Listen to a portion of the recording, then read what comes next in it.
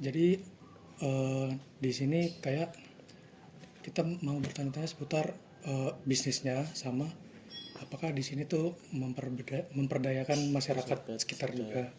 Jadi intinya seperti itu aja, Pak. Oh iya. Nah, jadi Paling kita aja sih Pak, kayak ngobrol biasa aja Pak. Boleh, Takutan. monggo silakan. Iya. Silakan. Fleksibel aja. jadi sebenarnya Kenalan dulu namanya. Oh iya. saya Alif Usman Iya. Hoirudin, jurusannya sama satu kelas kewirausahaan. Saya Frizal Bahrul, Pak. Saya Nanda Pak. Oh iya. Jadi untuk kopi madu Merapi ini ya namanya ya, Pak? Iya. Itu untuk definisinya madu Merapi itu ngambil dari mana nih, Pak? Oke. Mungkin saya perkenalan juga ya. Iya, mari. Mungkin perkenalkan, nama saya Pak Bayu gitu aja ya, panggil Pak Bayu.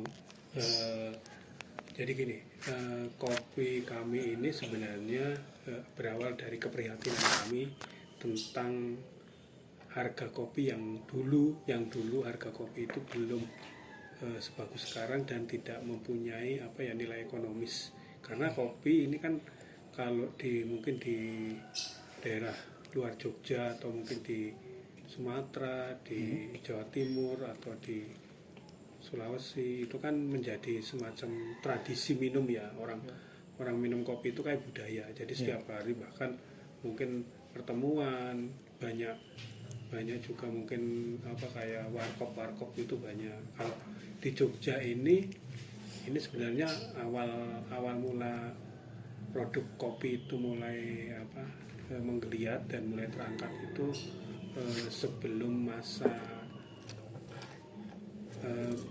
gempa 2010. Mungkin umur Radik masih berapa, masih SD ya, 6 tahun. Nah, 6 tahun ya, berarti TK ke SD. Nah, ini kan era 2010 itu gempa, 2006 gempa, terus 2010 diikuti dengan erupsi Merapi 2010. Nah itu sebenarnya harga kopi sudah mulai agak lumayan sih. Awalnya harga kopi itu dari harga yang sekilonya gelondong basah atau cherry, biasa kita sebut cherry, itu sekitar Rp2.000 Per kilo. awal per kilonya, itu sekitar tahun 80 sampai 90-an lah.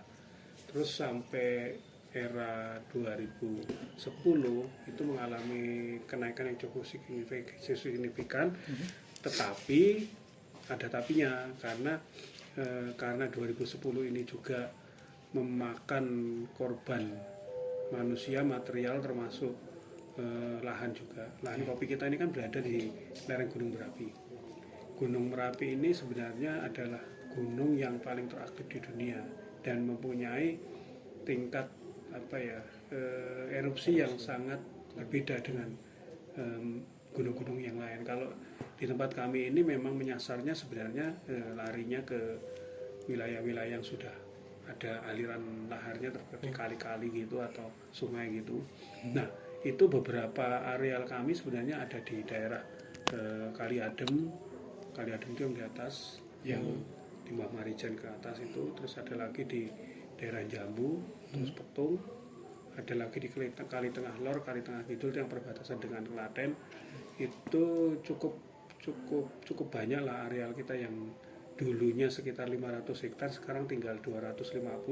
Itu plus minus dengan kopi Robusta maupun kopi Arabica. Jadi kita ada dua yang kita kenalkan di lereng Gunung Merapi, itu ada Robusta maupun Arabica.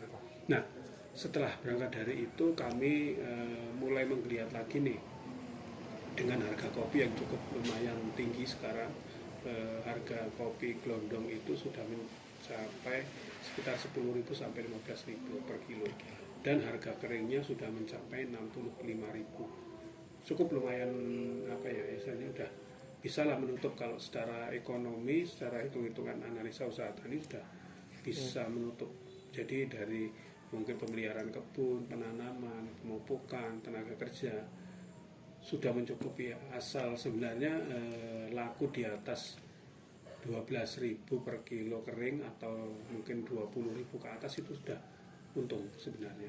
Kan berarti kalau 60 aja, 50, 60, 65 itu berarti kan sudah untungnya udah 2 kali lipat, 3 kali lipatnya. Nah itu berangkat dari itu akhirnya kesininya kopi itu menjadi tren dan diikuti juga beberapa coffee shop yang ada di Jogja. Mungkin adik-adik di dekat kampus Amikom di Jogja, di kampus-kampus Jogja ini kan banyak bermunculan kafe-kafe, coffee shop. Dan sebenarnya tidak hanya coffee shop juga, sebenarnya kayak angkringan, kopi-kopi pinggir jalan itu kan sebenarnya juga menyerap kopi. Tapi nah keprihatinannya itu bukan kopi yang dari kita atau dari petani-petani yang ada di lereng Merapi, tapi kopinya dari luar, ya dari mungkin Temanggung, dari Wonosobo, dari Jawa Timur, ada yang dari mana Sumatera juga, kopi Lampung, kopi Gayo.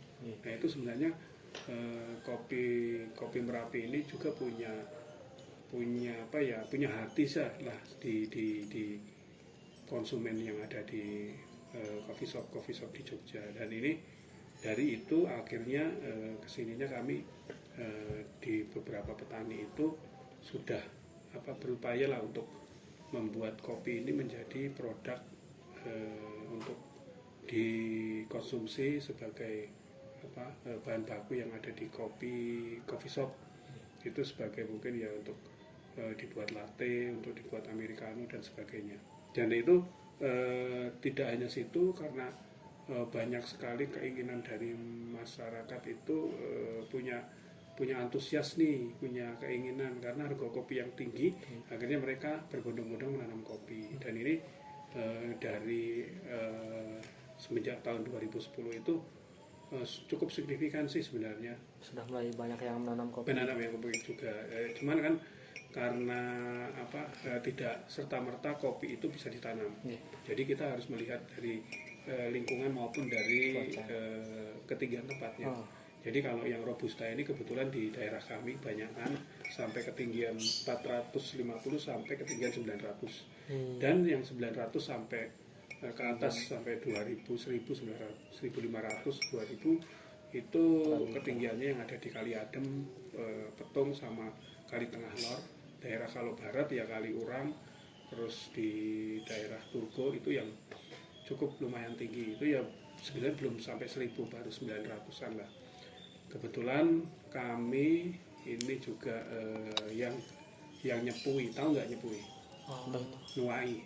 Jadi yang jadi dituakan gitu ya, dituakan di komunitas kopi di lereng Merapi ini. Saya dijadikan orang yang sebenarnya saya belum tua-tua banget sih sebenarnya. Iya, jadi dituakan itu maksudnya udah paham ya? Nuani itu jadi di depan gitulah.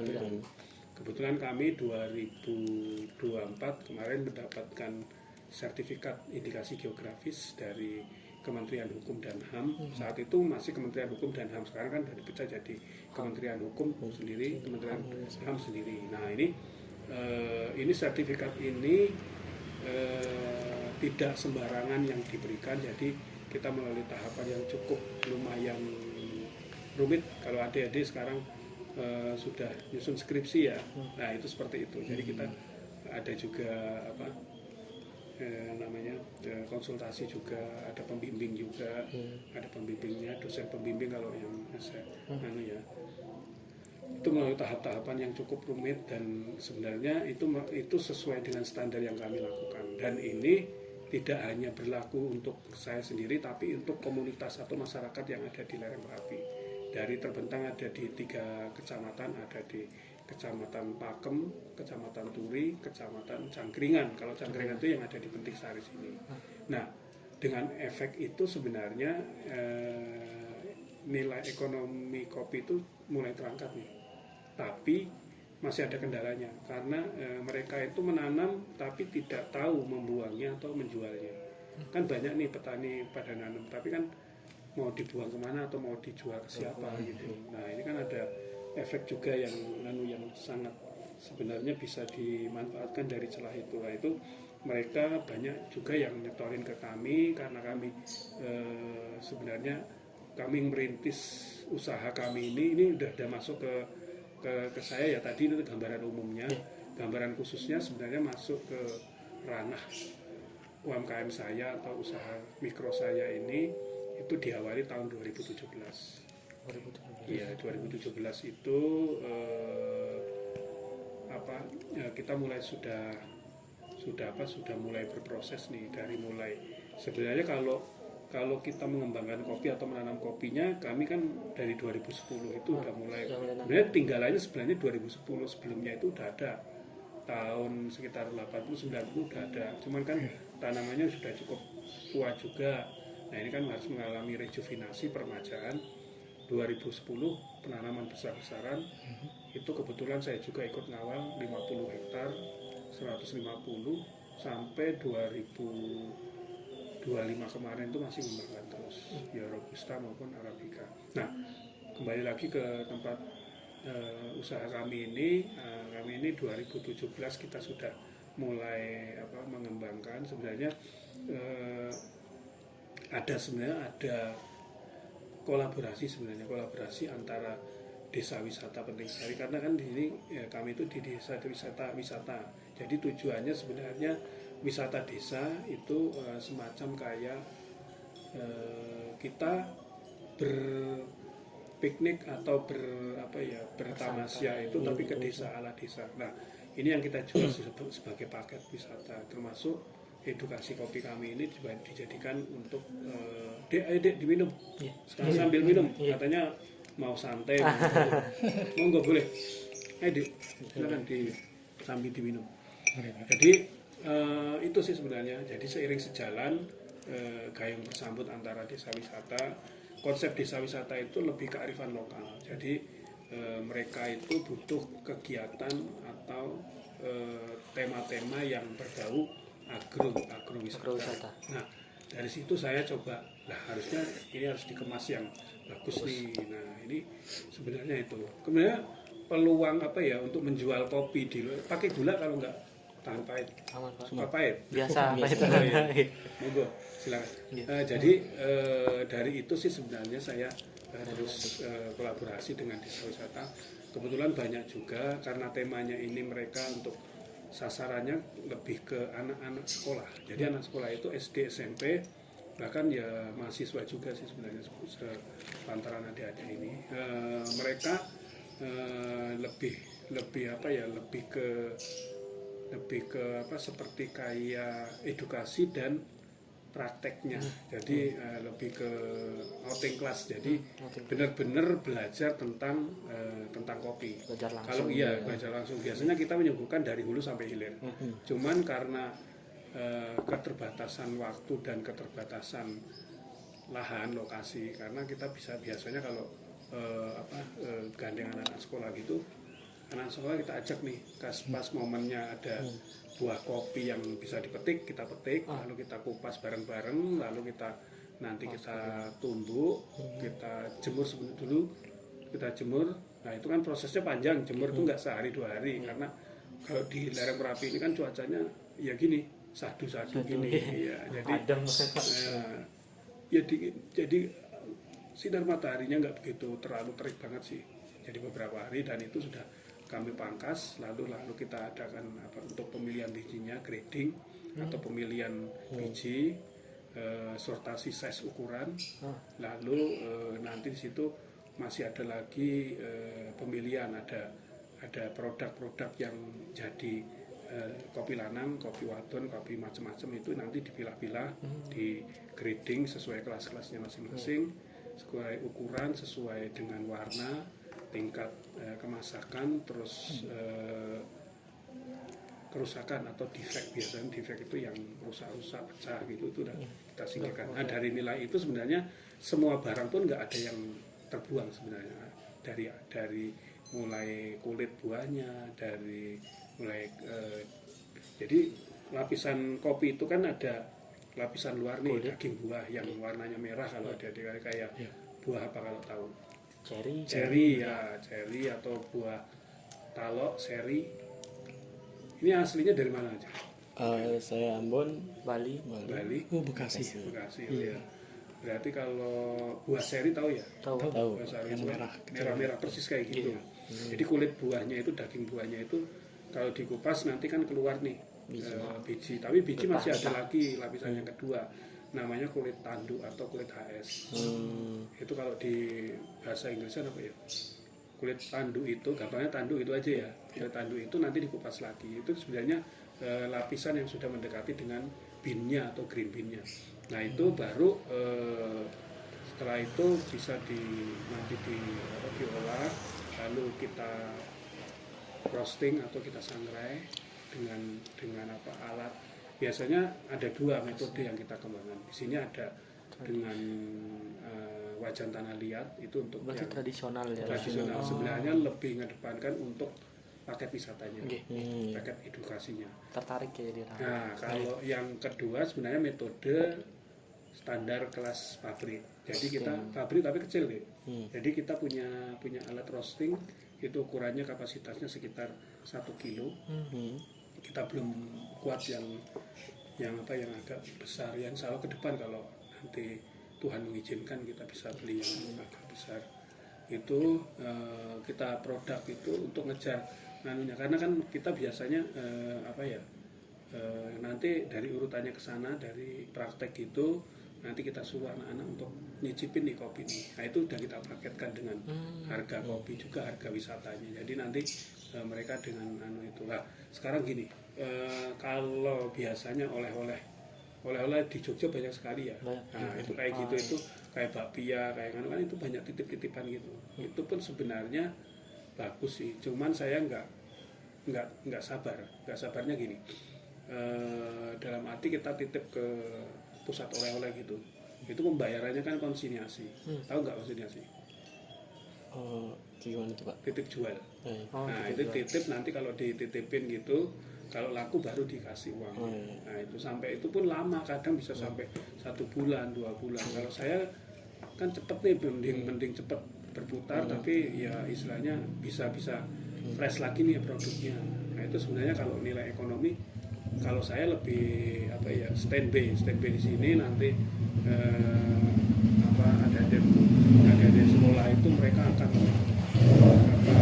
beli produk kami, dan di situ nanti mereka juga akan minum, ngerasain kayak adik-adik gini kan minum ini, nanti mereka akan bawa sebagai cindramata oleh-oleh, jadi untuk oleh-oleh di rumah atau orang tua mereka. Dan itu mereka juga pada senang sih sebenarnya.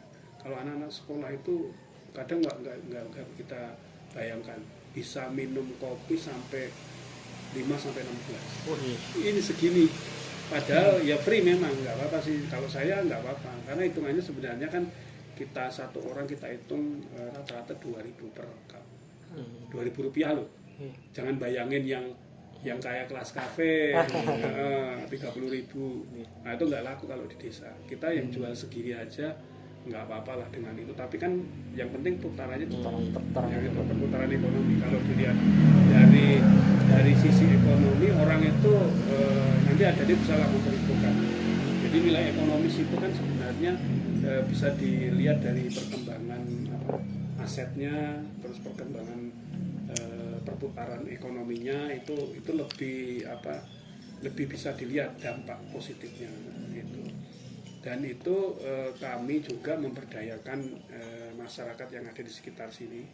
Salah satunya karena ini juga kita berhubungan dengan petani lain ya. Karena kan areal di kebun kami ini kan kadang untuk kebutuhan 1 tahun.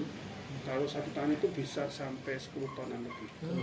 Itu cukup tinggi juga sih. Nah, itu kan kadang kami di kopi kami aja nggak cukup. Di lahan kami sendiri, kami punya sekitar 6.000 meter gitu, untuk mencukupi kebutuhan kami sendiri kurang. Nah itu salah satunya kami membeli atau mereka setor ke kami dari petani-petani itu, kita tampung, kita beli dengan harga yang layak. Itu sebenarnya itu dampaknya. Terus dampak yang kedua, kami secara tidak langsung juga bisa merekrut ibu-ibu rumah tangga yang notabene kalau ibu-ibu rumah tangga itu kan banyak ngurusin rumah tangga ya, kadang nggak mungkin kerja full kalau memang dia pegawai atau mungkin dia kerja di pabrikan, tapi itu sebenarnya bisa membantu sih ekonomi keluarga.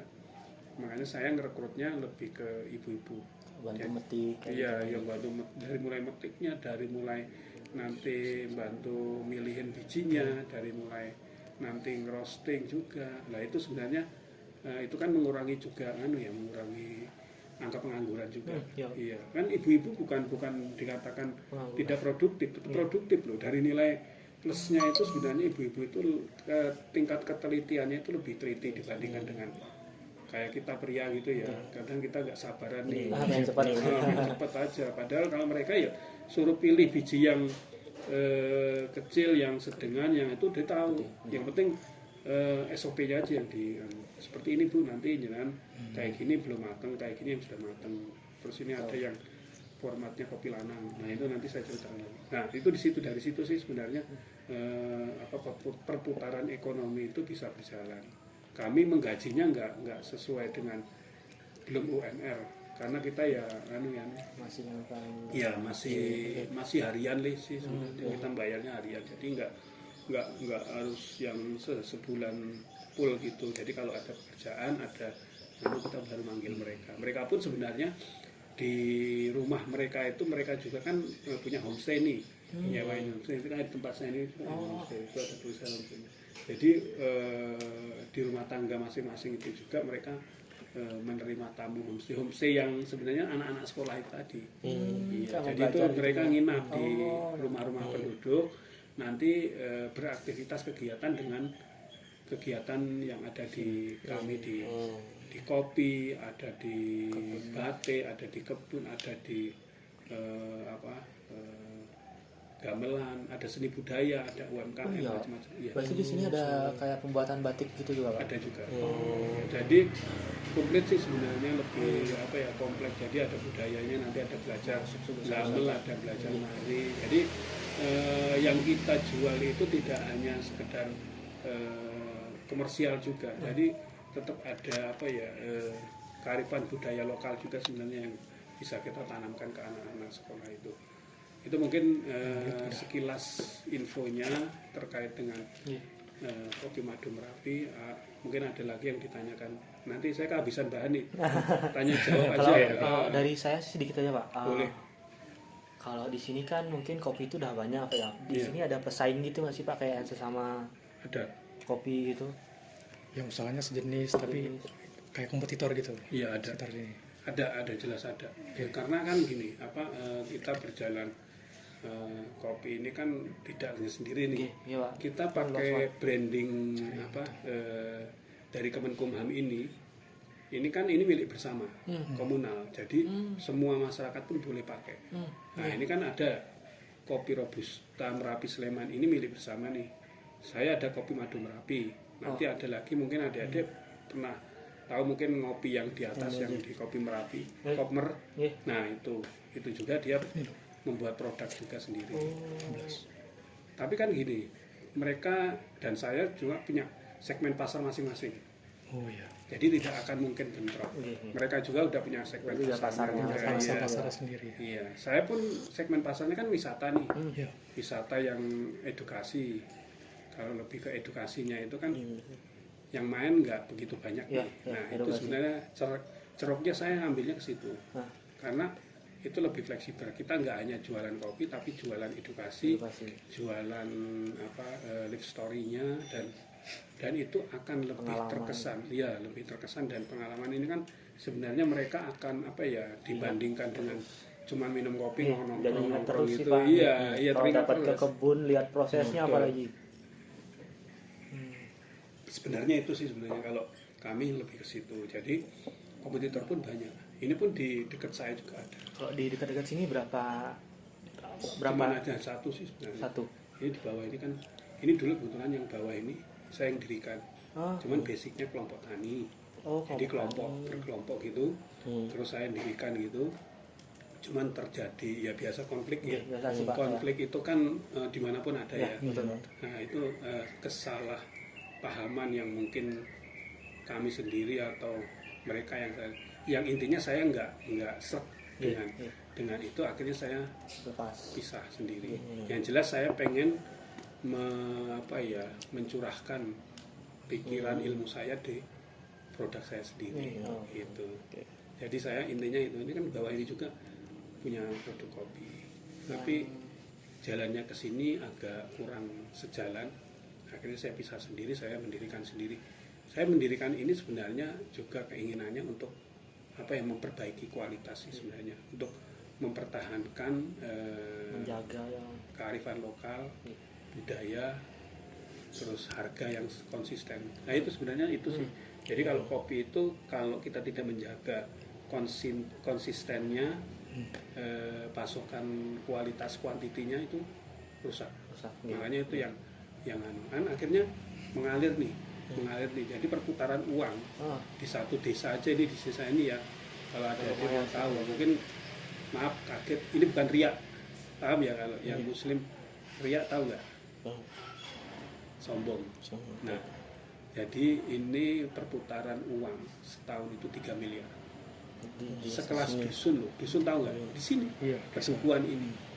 Kalau di kami, di tempat kami di di Sanggar Kopi Madu Merapi ya separuhnya lah paling. Enggak separuhnya ya, seperempatnya, seperempatnya ya. Itu hasil Jadi nggak dari sampai- kopi yang ditanam itu Pak, diproses, dijual, itu semua. Kalau yang 3 miliar itu include include semua. itu perputaran jadi dari pendapatan Homestay, homestay, pendapatan ya batik, dari kopi, dari mana. Iya benar, itu sekelas pedukuhan loh. Pedukuhan tahu nggak? Di bawahnya kelurahan. Ya kecil, jadi skopnya itu sekelas dusun, sekelas pedukuhan. Nah, di Bali kan ada juga kan, ya desa-desa wisata. Nah ini sebenarnya kita adopsi itu. Jadi kalau di tempat kami, kalau di Kopi Merapi sendiri ya paling perputarannya sekitar 150 sampai 200 lah setahun. Wah, lumayan sih itu Pak. Iya kelas UMKM ini. Kemungkinannya segitu, karena kotor kalau saya hitung-hitung itu ya uangnya kan nggak kelihatan. Karena saya kayak gini, saya harus berproses nih. Orang tamu itu kesini lagi itu dia bawa tamu. Jadi itu kan sistemnya kita dengan agensi. Kita harus menggandeng agensi. Kalau kita tidak menggandeng agensi, susah tamu, kita untuk mendatangkan tamu itu. Mereka kan kadang berkunjung ke sini kan nggak hanya sekali 2 kali, bahkan mungkin sampai 10 kali, bahkan sampai 20 kali. Nah ini kesini tuh apalagi sih yang beda contoh di tempat saya di Sanggar Kopi Madu Merapi. Oh iya, nah ini termasuk aset-aset ini kan aset pribadi semua. Jadi saya mendirikan Joglo ini sebenarnya keprihatinan kami. Dulu saya cuma hanya di halaman sini aja, saya kasih kursi-kursi gitu aja, kursi kayak gini. Nah ini terus buat ini kan untuk konsepnya memang saya untuk alami lebih ke nuansa Jawanya, nuansa Jogjanya gitu. Terus sana itu juga itu belum lama. Ini sekitar tahun 2010-2011 Joglo ini. Joglo ini Pak. Iya. Itu yang untuk display itu, lab kopi itu baru aja sih sebenarnya. Itu saya buat 2000 pas COVID kemarin. 2019-2020. Iya, 2019. Berarti ini awal berdirinya tuh pastinya kapan Pak? 2017. Iya. Cuman bangunan ini udah ada dari 2010 gitu. Nah itu sebenarnya seiring sejalan sih. Jadi desa wisata itu kan berdiri tahun 2008. Nah 2008 itu berproses nih. Tapi kalau tanaman kopinya udah dari lama, udah dari tahun 80-90. Berarti Pak kalau dari yang tadi Bapak bilang kan 2010 itu ada erupsi Pak. Itu tanaman kopi mati semua atau masih Ya sampai masih sekarang? ada sisa. Masih ada sisa berarti, Kebetulan Pak? yang ada di Penting Sari ini kan nggak Terlalu atas. langsung. Cuman kan kita punya nih yang lahan yang ada di sini kan, ini ada di sebelah ini sungai deh. Sungai Kuning yang hulunya di Kaliurang. Nah itu yang hulunya di sana itulah erupsi Lava, 2010 itu lahar dingin. ya? Lahar dingin. Nah kebetulan lahan kopi kita yang ada di bantaran sungai itu kena semua. Ya akhirnya ya hancur. Berarti rusak. yang daerah sini masih Aman, masih kalau aman sini aja aman. ya? Kalau hanya erupsi itu kan di sini paling cuma debu-debu aja sih, aman sih. Abu sebenarnya. vulkanik Aman. gitu ya, Pak? Iya. Itu Nah, ada- kalau yang di ketinggian 1000 mati. yang di atas, yang di tempatnya almarhum Mbah Marijan yang 7 kuncinya dulu sekali itu, nah itu juga ada dulu tanaman yang Arabica, jenis kafe Arabica. Tapi sekarang udah mulai pulih lagi nih. Nah ini kan sampai sekarang pun kopi itu tarik ulur dengan penambang pasir. Kalau di Merapi itu penambang pasirnya itu juga tinggi. Jadi kan orang punya pilihan nih. Mau buat Aku kopi. mau nanam kopi atau Gali nambang tanah. pasir. Pak, sorry, Boleh. saya tanya. Kira-kira dari abu vulkanik atau dari sisaan letusan gunung api itu berpengaruh nggak Pak sama tumbuhnya kopi? Jelas sekali. Kualitasnya. Jadi cerita lagi ya. Iya. Cerita lagi. Tadi ini maksud saya gini. Maksud saya itu adik-adik juga respon ya. Biar saya nggak kehabisan bahan gitu. Jadi karena kita ini kan didaftarin ke Kemenkumham itu memang ada cita rasa yang mungkin kalau kopi semua sama aja ya rasanya pahit gitu ya. Tapi kan ada kandungan yang berbeda. Salah satunya adalah kandungan yang biasa kalau di daerah kopi mungkin di Pegunungan Ijen, di daerah Bali ada ya di Banyuwangi. Terus ada di daerah Tangkuban Perahu, terus gunung-gunung api yang ada di itu yang sebenarnya kandungannya namanya selenium. Itu yang berbeda dengan di daerah lain. Selenium itu untuk menangkal kanker sih sebenarnya. Jadi tidak serta-merta untuk mengobati tapi untuk menangkal. Iya, selenium nanti bisa di browsing di Google apa sih kandungan selenium nanti. Oh, Pak Bayu itu paham gitu. Jadi itu hanya dimiliki di gunung berapi, bukan gunung Merapi loh. Berapi ya. Gunung berapi. Jadi kita itu kan di Indonesia ini kan dikelilingin sabuk api. Ada kemungkinannya karena karena kemarin di Sumatera Gunung Sinabung itu yang katanya tidur kok tiba-tiba bangun gitu.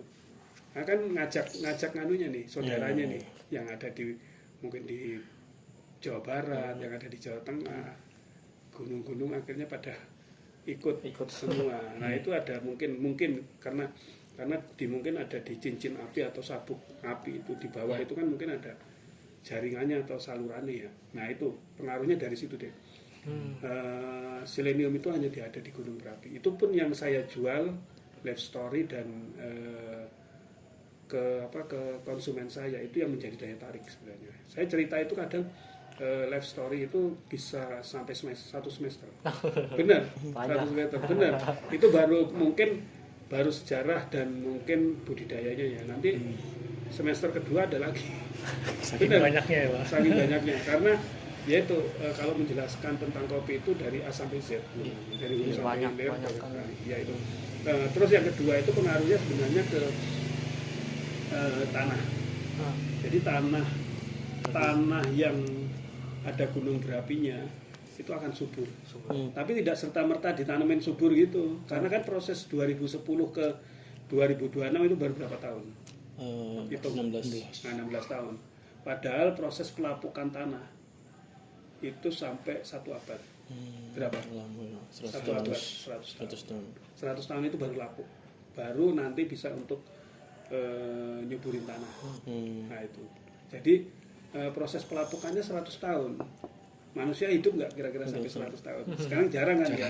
Jarang eranya mungkin Nabi jarang itu segitu itu. Jadi saya juga belajar tentang geografi, tentang ilmu tanah juga. Sebenarnya saya nggak fak dan di bidang pertanahan, tapi belajar aja. Belajar membaca banyak referensi gitu.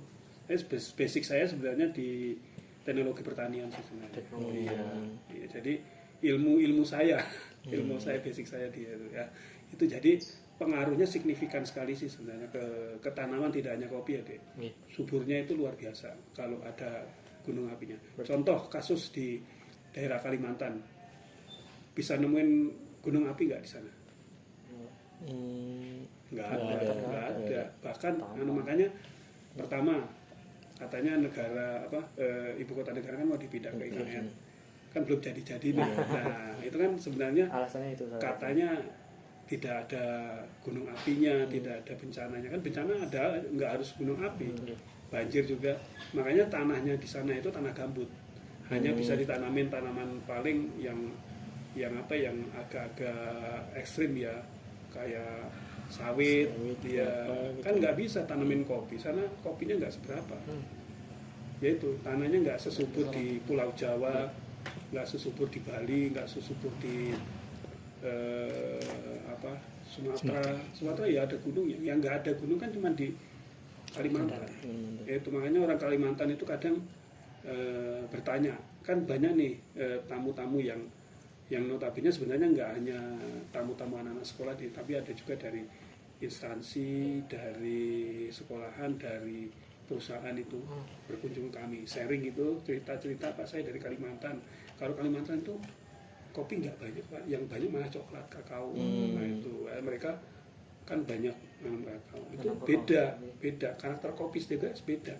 Itu jadi sebenarnya tanah yang ada gunung apinya itu nggak serta-merta takut dengan bahayanya ya, tapi dengan apa ya, Tuhan itu udah adil kok. Iya, jadi di situ juga daerah tangkapan air, tangkapan resapan air, termasuk kesuburan tanahnya gitu. Jadi kalau ada makan buah atau makanan yang ada di daerah gunung berapi gini, ini kandungan seleniumnya salah satu selenium itu kan mineral salah satunya mineral itu kan banyak, termasuk besi ada juga. Makanya di sini ada juga beberapa kita kalau biasa namain itu, kalau di Jawa itu namanya tuk itu sumber mata air. Mata air itu kan kita minumnya ini dari sumber mata air yang notabene sebenarnya bisa mengeluarkan mineral termasuk Fe. Ada nggak kira-kira emas? Ada kemungkinannya. Kandungan emasnya, Fe-nya ada. Kalau Fe-nya ada di bawah sini kita punya ada namanya pancuran Sendang Sari. Nah itu keluar kayak karat gitu loh. Iya, Fe-nya tinggi kan, itu kan kalau di treatment kita belum bisa. Mungkin kalau alami itu ya mungkin meresap di dulu mungkin adik-adik pernah uji coba atau pelajaran IPA. Kita untuk menjernihkan air itu pakai ada batu, ada dari sepet, ada dari ijuk itu ya, terus dari pasir, dari kerikil-kerikil, dan nanti bawahnya sendiri ada. Nah itu kan sebenarnya itu lapisan tanah kita biasanya itu sih sebenarnya. Jadi kalau ditarik kesimpulannya, mungkin kalau dari rasanya kopi di Merapi itu lebih soft, ringan. Iya, tidak strong kayak kopi Lampung. Nah itu sih sebenarnya. Cuman kan kita ada kelebihannya itu. Saya jualannya itu jadi cerita life story-nya. Kalau orang minum kopi aja, udahlah sama aja kopi di mana-mana gitu. Berarti lumayan berpengaruh juga Pak. Maksudnya dari segi rasa dari kopinya itu lumayan sedikit lebih ringan karena tadi itu mengandung silikon itu. Iya, bukan silikon. Apa namanya? Selenium. Coba di browsing aja di silikon. Jangan silikon. Silikon kan karet. Selenium. Karet. Jadi lebih ringan berarti dia Pak ya. Iya, ya memang keunggulannya gitu. Jadi makanya branding saya namain kopi madu Merapi.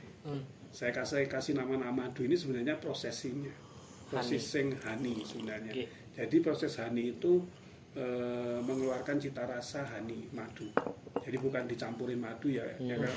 Kalau bayangan kita ini ada madunya nih, campurin madu enggak.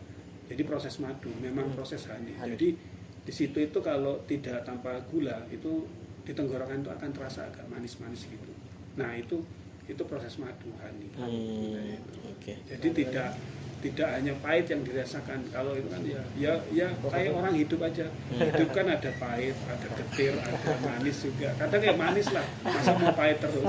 Ya itu sih sebenarnya. Mau nanya lagi, kalau waktu panen kopi itu setiap berapa bulan atau minggu? Berapa kali setahun atau sebulan?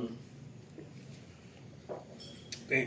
Jadi kopi itu kan ada dua jenis yang dikembangkan di lereng Merapi ini. Ya. Ada Robusta sama Arabica. Saya cerita dulu yang Arabica. Ya. Karena Arabica itu awal panen. Jadi awal berbunga kopi Arabica itu sekitar bulan Agustus, September. masuk sampai Desember gitu ya, kan udah mau mendekati. Nah itu nanti berbunga sampai menjadi buah matang itu sekitar Maret April itu mulai panen. Jadi kopi itu sebenarnya setahun sekali panennya. Terus setelah panennya Mei habis kopi Arabica, diikuti kopi Robusta. Kopi Robusta mulai dari Desember Januari itu berbunga. Baru setelah mulai Juni Juli ini sudah mulai panen. Nah, ini kebetulan saya punya sampel, ada beberapa tanaman kopi yang ada di belakang lab ini. Tadi sempat ke sana. Sudah ke sana. Itu kemarin sudah cukup lumayan, ada yang banyak yang matang, itu saya petikin. Itu sekitar bulan nanti Juni Juli sampai Oktober selesai. Jadi cuma setahun hanya satu kali. Setahun satu kali.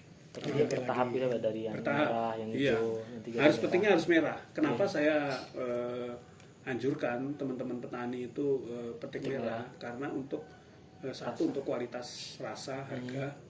Terus yang kedua sebenarnya metik buah kopi yang warnanya red cherry merah itu sebenarnya mencegah asam lambung, atau untuk biasanya kalau orang minum kopi, ini asam lambung saya naik nih, mah nih, sebenarnya GERD. Iya. Itu sebenarnya kalau kopi mentah itu tidak baik di pencernaan. Gitu. Jadi ya jadi banyak aspek yang dilihat. Jadi dari mulai petik buahnya sampai nanti cara roastingnya. Roasting itu kan nanti tergantung request dari kafe atau coffee shop, atau misalkan kita standar kita jualnya itu kan ada yang bentuk bubuk nih yang siap seduh, ada yang juga yang roast bean yang biji yang sudah disangrai. Itu sebenarnya kolektor kopi banyak yang suka di situ. Kalau untuk kita melayani kafe itu ya biasanya yang biji mentah atau green bean ya.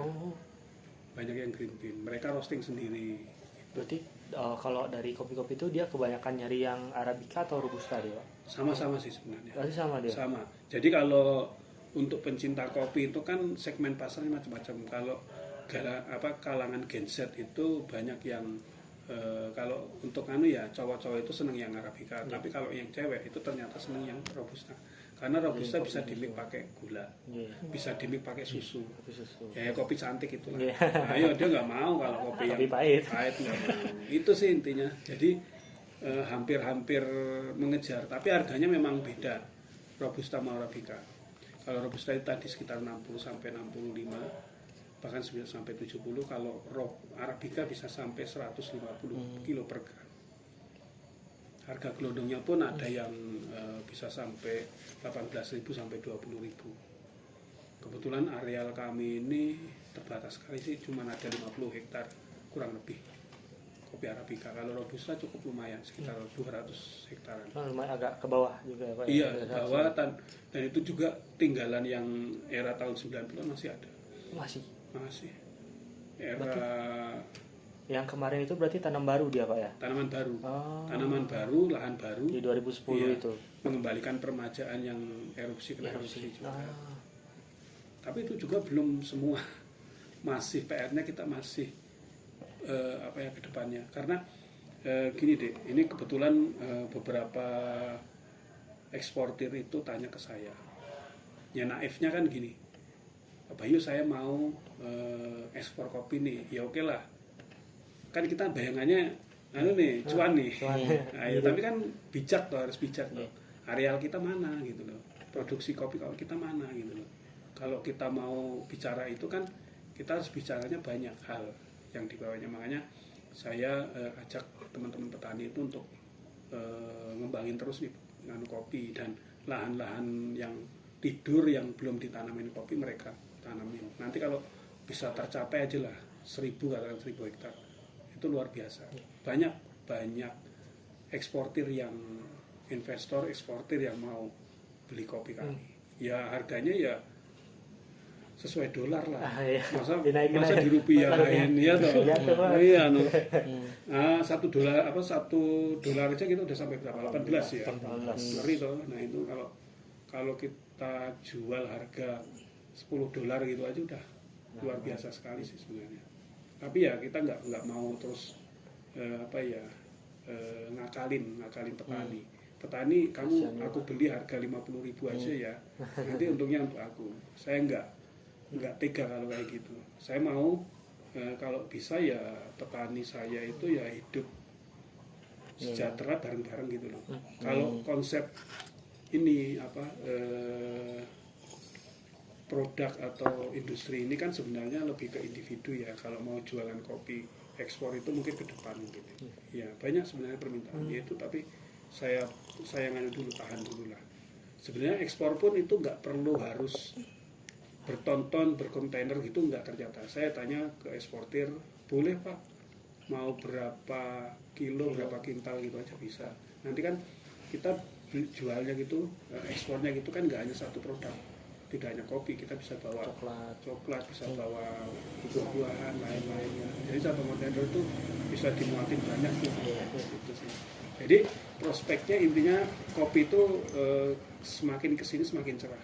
Bukan hanya maaf ya kayak booming ake, kayak booming anturium, pernah tahu ya, denger ya? Itu kan kayak apa ya, saat itu orang berbondong-bondong deh. Kita ikut-ikutan mau jualan ake, kita mau jualan kembang anturium, jemani, sampai kayak gitunya. Saya pun sebelum main di kopi sebenarnya juga ikut-ikutan gitu, tapi memang saya sudah senang sih dari awal, sudah punya ake-ake gitu, tapi akhirnya cuman apa ya istilahnya ya kolektor aja. Buat disimpan. Iya disimpan. Jemani pun ikut ke bawah arus, itu nggak bisa dibendung deh. Kayak apa ya? Kayak arus gitu loh, kayak arus. Jadi seolah-olah kita itu kalau nggak main apa yang lagi booming gitu, kayak ketinggalan zaman. Orang kayak nggak sama apa, nggak beda dengan pinjol gitu. Orang main pinjol, main judol itu kan sebenarnya kalau kan akhirnya menyesatkan tuh. Terjebak dengan kan ke bawah arus sih sebenarnya. Itu saya pun mikir-mikir, usaha saya ini kan harus tetap nambahin modal lagi nih. Kan kalau kita nggak kuat-kuat bisa kejebak pinjol juga loh. Nah itu, tapi saya nggak menggunakan dana dari pinjol. Saya lebih ke perbankan aja sih, ataupun koperasi gitu, lebih enak sih. Nah, kan kalau tuh lumayan juga ya Pak, biayanya, maksudnya kayak ngembangin kebun, ngapain itu lumayan juga. Bener. Saya itu nggak hanya sekali modal investasi gitu, enggak.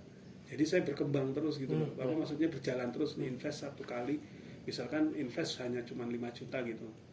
Ternyata dari situ itu terus gitu muter lagi.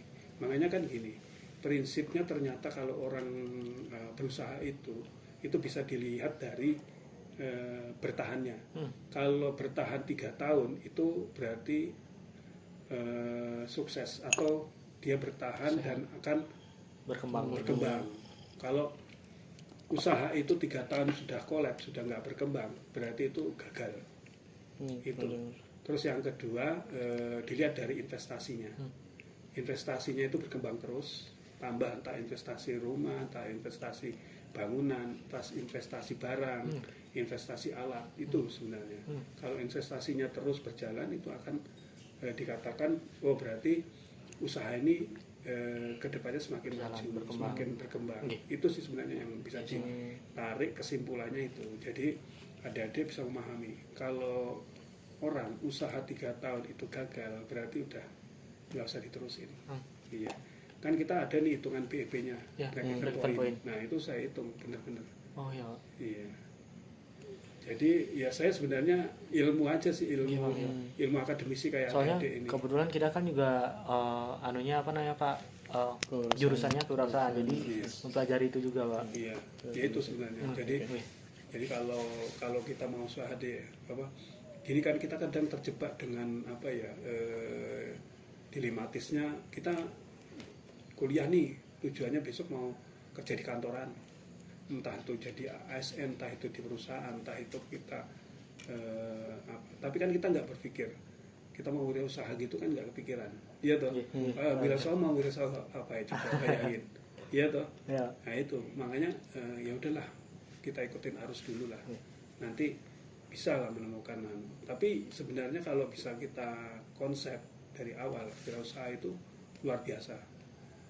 Jadi apa ya, sebenarnya penghasil pajak terbesar itu kan sebenarnya wirausaha kecil loh, yang UMKM. Kalau perusahaan itu ya nggak usah dibilangin lah, mereka memang kan pajaknya juga gede, Iya. pajaknya untuk kontribusi ke negara juga gede. Ada Ini nih, Pak, Boleh, monggo. yang terakhir ini produksinya tuh berapa banyak per hari atau per bulan gitu? Oh ya, jadi hitungannya kalau per bulan aja ya, per bulan itu sekitar 1 tonan. 1 ton Pak, sebulan. Iya. Wah, itu lumayan juga itu ya Pak ya. Ah ya, itu barangnya dari mana? Bayangin aja. Padahal kita panennya cuma setahun sekali sih. Ya nanti bener nggak yang diomongin Pak Bayu? Stok saya itu mencukupi nggak? Kira-kira setahun. Tapi gini deh, saya nggak nyetok dalam arti 1 ton ini untuk 1 bulan, nggak gitu. Pakai aja, pokoknya kita beli dari petani, kita panen gitu, kita stok. Diproses di Iya, langsung diproses, di stok gitu. Nanti kalau memang perputarannya tinggi, ya udah jalan gitu aja. Berarti Kita pas produk gitu. pas nge-stok itu dia dalam bentuk green beans berarti Pak ya. Ya ada yang green bean, ada yang masih ada kulit cangkangnya gitu. Itu daya tahannya lebih lama Lebih juga lama sih. daripada yang Bisa prosesnya. sampai 10 tahun sih kalau ada 10 tahun, cangkangnya. Iya. Kalau yang green bean asal kadar airnya sekitar 10% sampai 11% gitu ya bisa sampai 7 tahun. Tergantung penyimpanan sebenarnya. Metode Nggak penyimpanan. boleh di tempat lembab juga kan. Wah ya, iya gitu ya, Pak. betul. Harus Sinar kering. matahari Iya, harus kering. Makanya kan itu kan sebenarnya yang hal sepele ya, kadang tidak diperhatikan oleh UMKM maupun roster kopi gitu. Dia tidak pakai palet gitu. Kan harus paling tidak ada Kayu itu. kayu-kayu gitu. Oh berarti nggak bisa nyentuh tanah langsung Nggak berarti ya, boleh. Pak? Oh, Lantai gini aja lembab kok. lembab. Oh ya. iya. Itu pun harus pakai tidak plastik, minimal plastik. Kalau di tempat saya kan ada kayak tabung-tabung gitu, Tabung. kayak apa ya, tabung namanya apa? Toples. Toples, Nah, iya. kayak toples itu lebih aman. Tinggal tuh Kedap suara, kedap udara. Iya. Kalau mau bagus lagi yang pakai vakum. Oh, di vakum. Oh, di iya. vakum Iya, nggak yang usah ada oksigen. udara Oh, gitu. iya, itu bisa sampai mungkin 10 tahun lebih ya. Itu kalau vakum kan oksigen sebenarnya kan yang jadi biang keroknya kan oksigen itu. Iya, tapi kan oksigen sebenarnya kalau untuk kehidupan kita kan ya harus ya. Kalau oksigen ya juga mati. Ya itu sebenarnya kalau untuk produk yang sudah kadar airnya 10% itu nggak hanya kopi deh, tapi juga gabah padi, ya, terus coklat itu ternyata ya kadar air sekitar 10-12% sih untuk menyimpan loh. Plastik kalau mau bagus itu plastik dilapisin karungnya itu sebenarnya karung yang bukan plastik. Kalau sekarang kan nggak ada karung yang goni. Goni. Oh iya. Pernah tahu lihat atau dengar ya? Pernah tahu. Yang Coklat warnanya coklat itu untuk biasanya untuk pecut-pecut gitu kalau di desa-desa. Kalau sekarang ya untuk goni itu sekarang udah nggak ada, jarang sekali. Itu kalau nggak di pabrik yang itu, nah itu kayak gitu. Sama Bapak ada media sosial atau website? Ada. Nanti di follow ya. Iya. Instagram saya. Tadi yang kemarin yang WA dengan saya siapa? Saya sendiri Pak. Oh ya. Iya. Nanti saya kirimin ya. Saya kirimin Iya. Instagramnya tolong di follow nanti. Kebetulan kemarin itu kan Isang Pak cari di ini kan tugas kuliah, terus Iya. Isang tak cari di TikTok, ketemu Kopi Madung Rapi. Tak cari di Maps, sebenarnya nggak ketemu Pak. Maps tuh dia cuman kayak lingkaran gitu aja di sini. Ada banyak beberapa titik. Ya. Cuman Iseng tak search yang Kopi Madung Rapi, ketemu langsung. Berarti makanya Iseng tak chat kan Pak. Semoga bisa. Iya. Ya sebenarnya yang penelitian, yang magang, yang ini kan banyak, nggak dari Amikom juga, banyak dari UPN, dari UNY, dari Sanata Dharma, dari UGM. Magang. Iya. Magang di sini. Iya. Magang juga. Kemarin beberapa kan minta permintaan magang itu malah dari ilmu gizi di apa itu keperawatan. Sekolah perawat mana? Panti Rapih, ilmu keperawatan Panti Rapih. Dia itu mau magang di sini. Sementara saya tolak dulu. Saya belum bisa menerima karena kan kemarin itu karena di sini konsepnya itu edukasi. Jadi kita paling banyak itu kalau perputaran uangnya itu di posisi pas nanti anak-anak sekolah. Jadi nanti nih, ini kan anak sekolah udah mulai masuk nih. Kalau anak-anak mahasiswa kan udah memang jalan ya. Kalau anak sekolah ini startnya hari ini. Nah ini nanti mulai dari ini ada anak live in, outing class terus saja sampai besok. Nah ini orderannya terus, request terus. Nah, itu insya Allah itu kedepannya mungkin akan terus saja, yaitu lah pergerakan ekonomi desanya seperti itu nanti. Jadi biasa ramenya kayak weekend atau enggak libur sekolah? Enggak, malah weekend, malah justru anak sekolah. Pada waktu-waktu hari-hari sekolah. Kayak Bisa, iya. pembelajaran dia di luar. Pembelajaran. Jadi gini loh, kita anak-anak biasa belajar di kelas ya, klasik. Nah, itu outing kelasnya. Outing kelasnya. Nah, mereka kan sebenarnya banyak itu. Sebenarnya ini agak bertentangan dengan idenya Gubernur Jawa Barat, Deddy Mulyadi. Nah, itu kan Deddy Mulyadi kan melarang untuk piknik ya. Nah, itu anak-anak sekolah dulu konsumensi kita banyak sekali dari SD, SMP yang ada di SMA yang di Jawa Barat itu pada di cancel semua. Bahkan gurunya itu dikasih itu loh, sanksi dia, dipecat. Ya nggak dipecat sih sebenarnya, diturunkan jabatannya. Kan ya kasihan tuh. Nah, kebetulan yang masih menjalin itu kalau Jawa Tengah sekolah-sekolah negeri biasa. Kalau Jawa Tengah, Jawa Timur, Jakarta itu masih aman sih.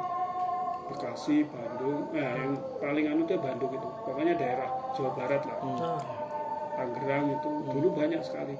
Nah, kalau yang swasta itu yang SMP Al Azhar, internasional itu. Bahkan mereka konsepnya beda dengan edukasi yang ada kita jual.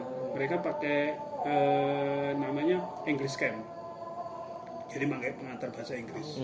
Iya, kita jelasin juga kadang ada tutornya yang khusus itu, kita punya nih modulnya, baru mereka cerita, nanti masih tanya jawab. Itu pakai bahasa Inggris.